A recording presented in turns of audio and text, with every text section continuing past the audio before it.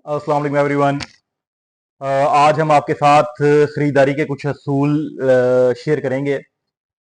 जैसे कि मैंने अपनी पहले एक वीडियो बनाई थी कि हम बचत कैसे कर सकते हैं।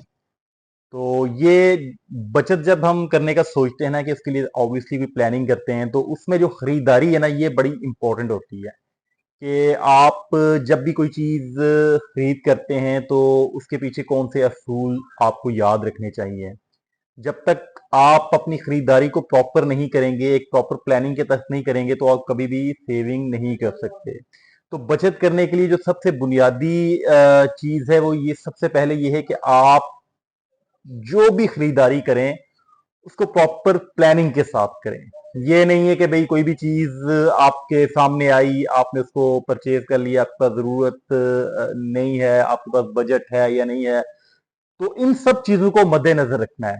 तो इसके लिए सिर्फ चंद असूल हैं जो खरीदारी करते वक्त आपने अपनी लाइफ में लेके आने हैं। वो पहली तो ये है कि जो चीज आप खरीद रहे हैं, क्या आया कि आपको उसकी जरूरत है कि नहीं है, एक चीज। और दूसरी ये है कि उस जरूरत को देखना है कि वो किस लेवल की है। कि अगर उस जरूरत के बगैर आप सही जा रहे हैं तो फिर भी उसको हम अशद जरूरत में नहीं कहेंगे। आपने ये देखना है कि जो चीज आप खरीद रहे हैं उसकी आपको अशद जरूरत है कि नहीं है। दूसरा ये है कि आपका बजट है कि नहीं है, आपके पास जो उस मंथ का बजट है या आपके पास उस चीज को खरीद करने के लिए अमाउंट है कि नहीं है। और तीसरा आपने इस बात को मद्देनजर रखना है कि जो चीज आप खरीद रहे हैं, आया कि वो आपको मार्केट रेट से ज्यादा तो नहीं मिल रही। आपने उसका मार्केट कंपैरिजन करना है, प्राइस कंपैरिजन करना है कि भी आया के मार्केट रेट से हमें वो चीज ज्यादा रेट पे तो नहीं मिल रही, और हमारी वो जरूरत भी है कि नहीं है, और हमारे पास बजट भी है कि नहीं है। क्योंकि आजकल जो सबसे ज्यादा हमने देखा है कि क्या होता है कि हम मार्केट में जाते हैं तो हम एक सेल्स का वो नजर आता है कि जी गेट वन, कि भाई आप एक जो है वो फ्री ले लें, ठीक है।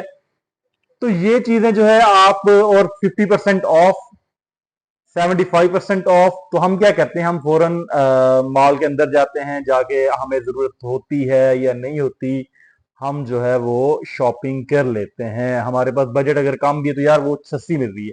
आप सबसे ज्यादा जो हम नुकसान करते हैं वो इन चीजों पे आके करते हैं जी। वो सस्ती कोई भी नहीं सेल कर रहा होता।